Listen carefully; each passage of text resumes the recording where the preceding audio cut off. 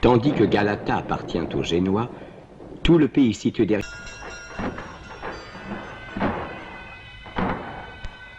Mehmet conçoit alors une idée stupéfiante d'audace. Dans la nuit du 22 avril, 70 vaisseaux se transportent d'une mer dans l'autre, par monts et par vaux, à travers les vignobles, les champs et les bois.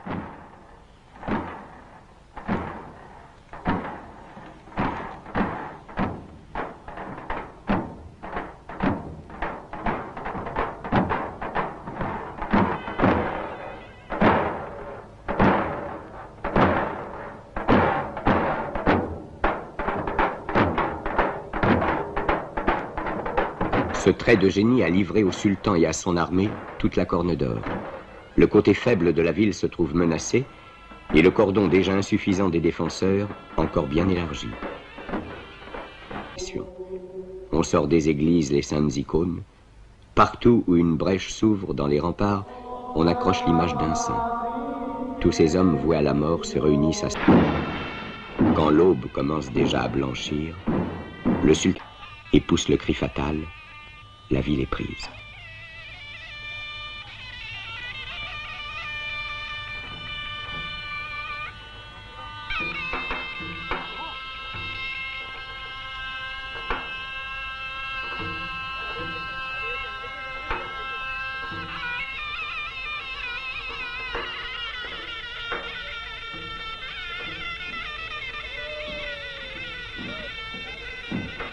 Le vainqueur tient son terrible serment, le sac de Byzance, qui s'en allait dans un voyage sans début et sans fin.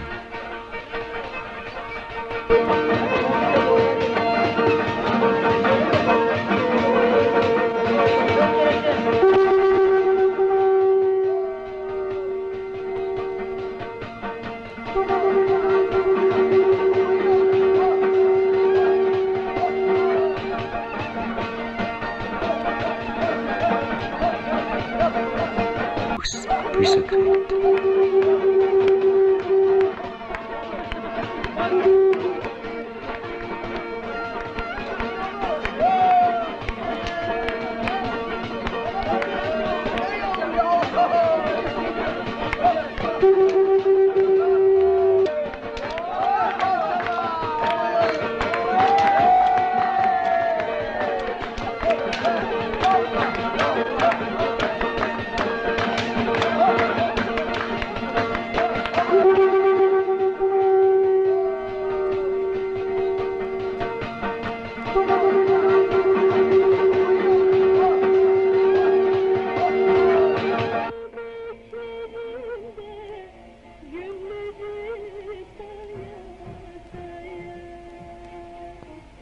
Les pluies de printemps tombent sur Istanbul. Elles sont tièdes à présent.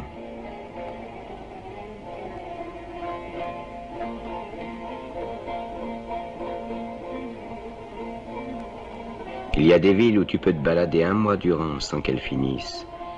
J'aurais dû aller là-bas voir ce qu'il en est du monde.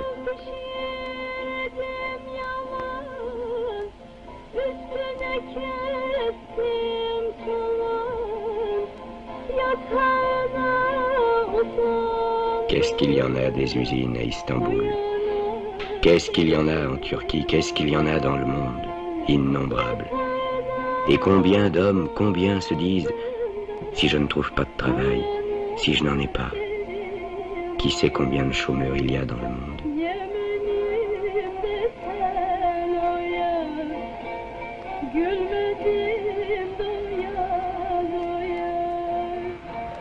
Les pluies de printemps pleuvent sur les coupoles de la grande mosquée, sur les capuchons des minarets, sur la Corne d'Or, sur les chalands.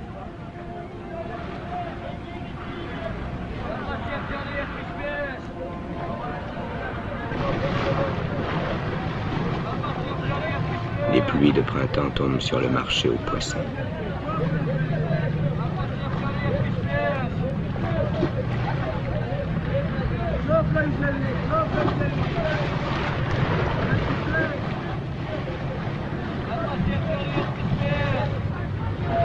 Les pluies de printemps pleuvent sur le pont de Galata.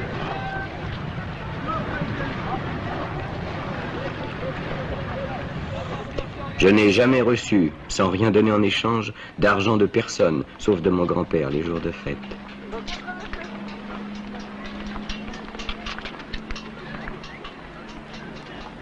Les gens qui passent ne nous regardent même pas.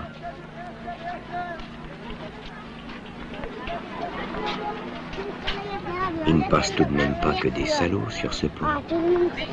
Tu crois qu'on est camelot de père en fiche chez nous, dans la famille? T'es un aristocrate, mon vieux, un fils de pacha.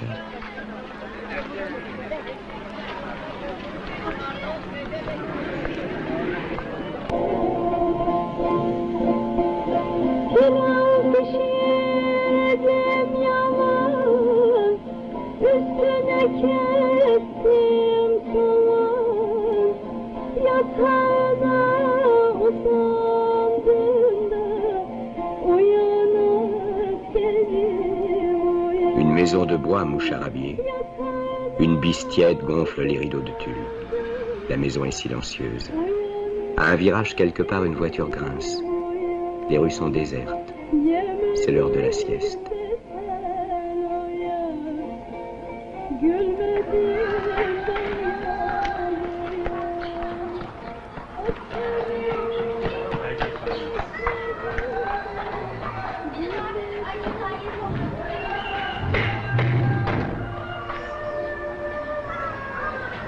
Entre les maisons noircies, aux fenêtres ensaillies pour la plupart, rampe la rue tortueuse, étroite, toute seule. Et un silence, une solitude. On monte au premier. La propreté de ces divans recouverts de housses de toile me ravit. Le plancher, blanc comme de la résine à force d'être lavé, brossé, astiqué, est encore humide. Ça sent le savon des Dyrnées, il me semble. La lavande et le bois de sapin mouillé.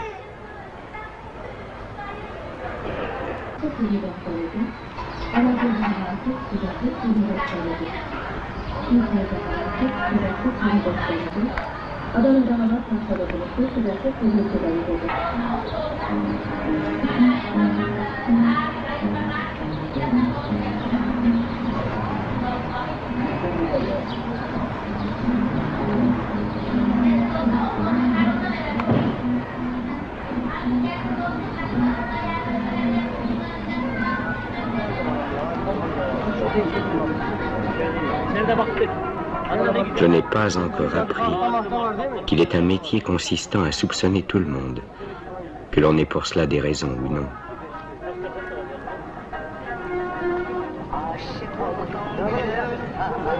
Ce doit être si triste de se sentir étranger quelque part. À moi, ça ne m'est pas arrivé. Mais à Üsküdar, dans la maison au bord de la mer, il y avait un jardinier, un Albanais, qui vivait à Istanbul depuis Dieu sait combien d'années. C'est un bien beau pays, répétait-il. Dieu vous le garde. Mais pour moi, c'est la migrance. Et j'ai bien peur de mourir sans revoir mon pays.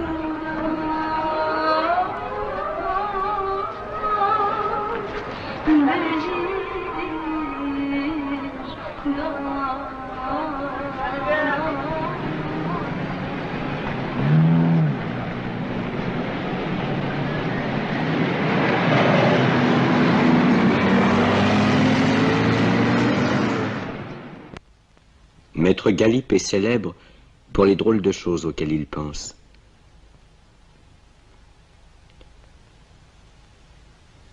Si je pouvais chaque jour manger des gaufrettes, se disait-il à 5 ans.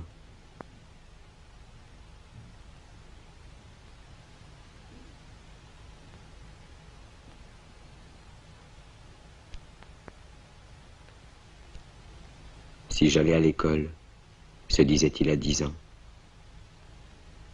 Si je pouvais sortir avant la prière du soir de la boutique de coutelier de mon paternel, se disait-il à 11 ans.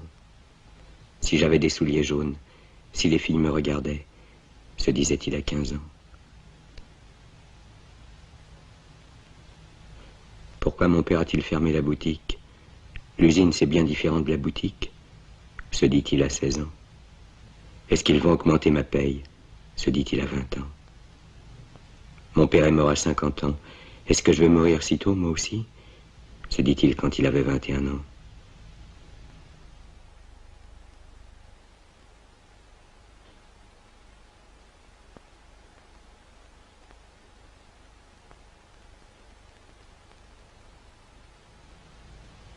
Et si je n'ai pas de travail, pensa-t-il à 22 ans.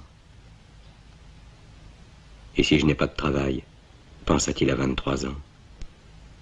Et si je n'ai pas de travail, pensa-t-il à 24 ans. Et souvent chômeur.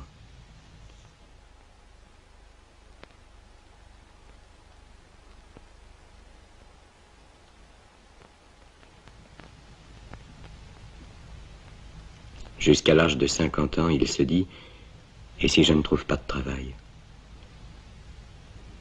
À 51 ans, il se dit, j'ai vieilli, j'ai vécu 1 an de plus que mon père. Et maintenant, il a 52 ans.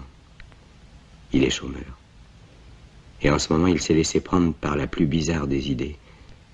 À quelle heure vais-je mourir? Est-ce que j'aurai une couverture sur moi quand je mourrai?